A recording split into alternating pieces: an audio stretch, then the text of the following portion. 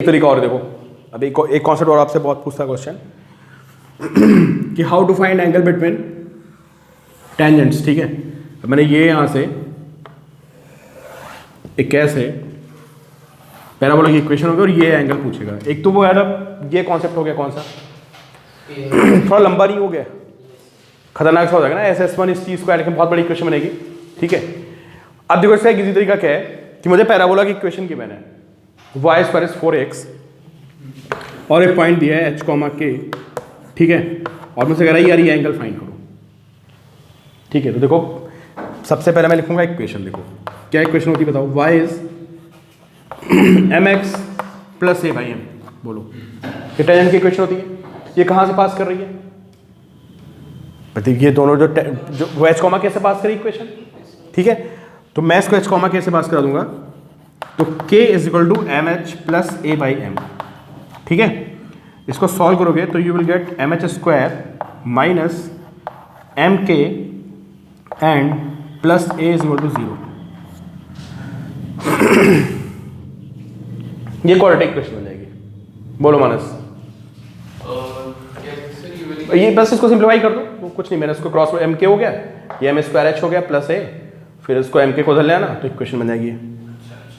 अब बताओ, अब सोचो कि आपको ये इक्वेशन आ गई और मैं आपसे पूछ रहा हूँ कि यार इन दोनों लाइंस के बीच में एंगल बताओ, तो क्या आपके दिमाग में क्लिक करेगा?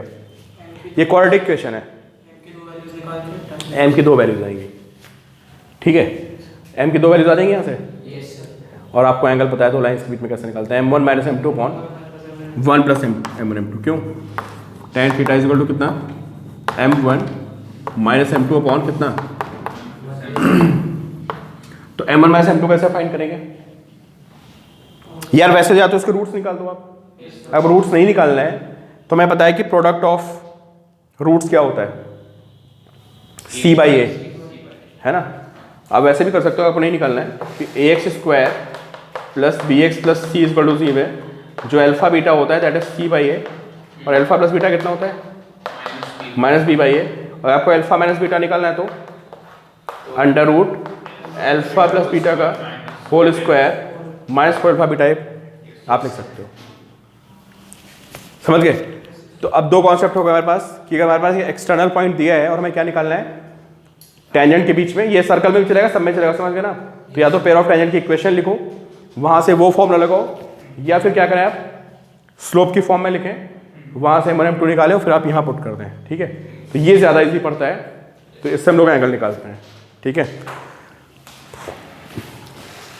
तो कॉर्ड ऑफ कॉन्टेक्ट हो गया, पेयर ऑफ टेंजेंट हो गया। ठीक है, और अब थ्योरी का हमारा सबसे इंपॉर्टेंट पॉइंट है नॉर्मल।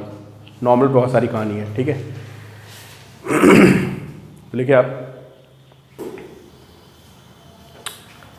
कॉन्सेप्ट ऑफ नॉर्मल, है ना।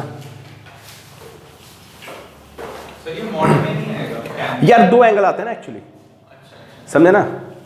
वो एंगल दो आते हैं, समझे। tan theta is m1 minus m2 upon 1 plus m1 m2, एक एक्यूट एंगल होता है और एक ऑब्ट्यूस। तो जब मॉड लगाते हो तो you get acute angle, when right without mod you get obtuse angle. आप मेरी बात समझ रहे हो?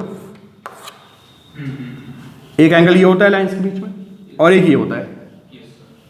ठीक है, तो tan थीटा की जो वैल्यू आती है उसको एक बार प्लस लिख लिया करो, एक बार माइनस। उस हिसाब से ये डिफरेंट वैल्यूज जो आएंगी। हाँ, नहीं मान लो ये नेगेटिव आ गया तो क्या एंगल होगा बताओ। तो अगर ये वैल्यू नेगेटिव आ गई, भाई नेगेटिव कैसे आएगा, या तो m1 माइनस m2 को चेंज करोगे, कुछ भी लिख दो, या तो m2 माइनस m1 लिख दो या m1 माइनस m2, दोनों फॉर्मूले होते हैं। अगर तुम m1 माइनस m2 लिखोगे तो एक बार तुमको ये एंगल मिल जाएगा, और जब तुम m2 माइनस मतलब उनको इंटरचेंज करोगे ना तो एक बार तुमको ये एंगल मिलेगा। ठीक है, और बेसिकली होता है क्या, हम लोग क्या पढ़ते थे कि हम लोग मॉड लगा देते थे। मॉड लगाने से वैल्यू क्या होती थी, पॉजिटिव आ जाती थी, और पॉजिटिव हमारा एक्यूट एंगल हो जाता था, और जो दूसरा एंगल होता था वो 180 माइनस होता था।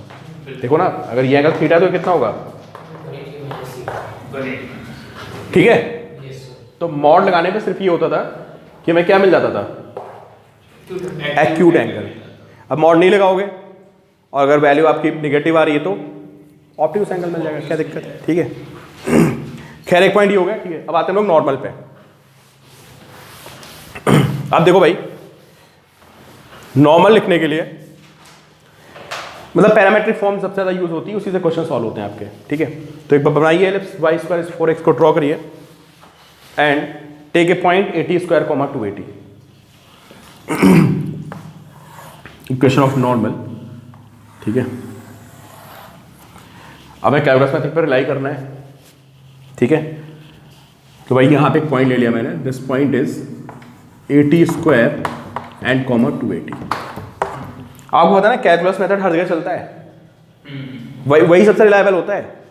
तो मैं आपको बोल रहा हूँ बार बार कि जब भी कभी ऐसा क्वेश्चन आए और आपको अभी भूल जाओ तो आप सीधे क्या करो, उसको डिफरेंशिएट मारो और dy बाई dx निकालो, पॉइंट की वैल्यू पुट करो, ठीक है। स्लोप निकलेगी y minus y one is mx minus x1। चाहे आप टेंजेंट निकालनी हो या आपको क्या निकालना हो, कुछ भी निकालना हो, चाहे आपको वो निकालना हो नॉर्मल, ठीक है। तो एक काम करते हैं, जैसे ये पॉइंट है ना, तो पहले काम करते हैं यहाँ पे dy बाई dx निकालते हैं। तो dy बाई dx क्या बताएगा मुझे, स्लोप ऑफ टेंजेंट। अब एक बात बताओ, अगर मैं आपसे पूछूं कि यार स्लोप ऑफ नॉर्मल क्या होगा, m1 माइनस 1, तो you will gate slope of normal, और फिर हमको पॉइंट पता ही है, तो नॉर्मल की इक्वेशन निकल आएगी, समझ गए ना।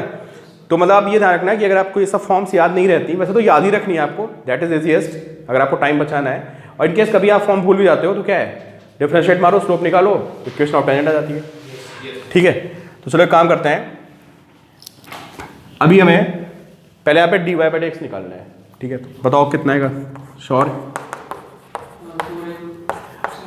किसके रिस्पेक्ट, देखो अब यहाँ भी फ्रीडम है यार, तुम x के रिस्पेक्ट में डिफरेंशिएट मार सकते हो, y के रिस्पेक्ट में मार सकते हो, जैसे तुम्हारा मन हो, दोनों साइड को, ठीक है। तो किसके रिस्पेक्ट मारा डिफरेंशिएट, y या x, बोलो। चलो x में मार दो, कोई दिक्कत नहीं यार, अच्छा y में कर दो यार, चलो कोई फर्क नहीं पड़ता है, ठीक है। dy by dy of y square, it doesn't matter, ठीक है। 4a and this is dx by dy, clear. तो what is dy by dy of y square, this is 2y is 4a dx by dy, ठीक है। अच्छा एक चीज देख लो आप, और मुझे बताओ what is slope of tangent, फिर से बोलना आप, dy बाई dx, राइट, क्यों। तो what is slope of normal, yes का वो करते हैं ना, जो टेंजेंट नॉर्मल की है ना, बिल्कुल, तो will get minus dx by dy, right. तो बेसिकली हमें करना क्या होता है, जब हमें नॉर्मल की स्लोप निकालनी होती है तो we have to find minus dx by dy, ठीक है। तो हमारे पास dx बाई dy आ चुका है ऑलरेडी, तो माइनस dx बाई dy कैसे आएगा, देख लेते हैं यहाँ से। What is dx by dy, कितना है, y बाई 2a, ओके। तो what is minus dx by dy, minus dx by dy is minus y by 2a, right. And what is y, y is 280, तो यहाँ पे 280 की value put करते हैं and you will gate, देखो क्या मिल जाएगा आपको 280 पुट करने पे, माइनस t। अब ये आपको यार याद रखना है दिस पॉइंट, क्या कि y स्क्वायर का टू 4x में जो स्लोप होती है वो कितनी होती है, माइनस t, किसकी, नॉर्मल की। ये पॉइंट ध्यान रखना है हमें, वह t is parameter of that point, ठीक है। टेंजेंट की कितनी होती थी, याद करो, t होती थी, याद है ना, उसको डिफरेंशिएट मारते थे तो वहाँ पे t आता था, यहीं से देख लो आप। अगर मैं नॉर्मल की माइनस t आ रही तो उसकी यहीं से देख लो यार, d, हाँ उसकी 1/t आएगी, सॉरी किसकी, टेंजेंट की 1/t, नॉर्मल की माइनस t, ठीक है, माइनस t आ गई।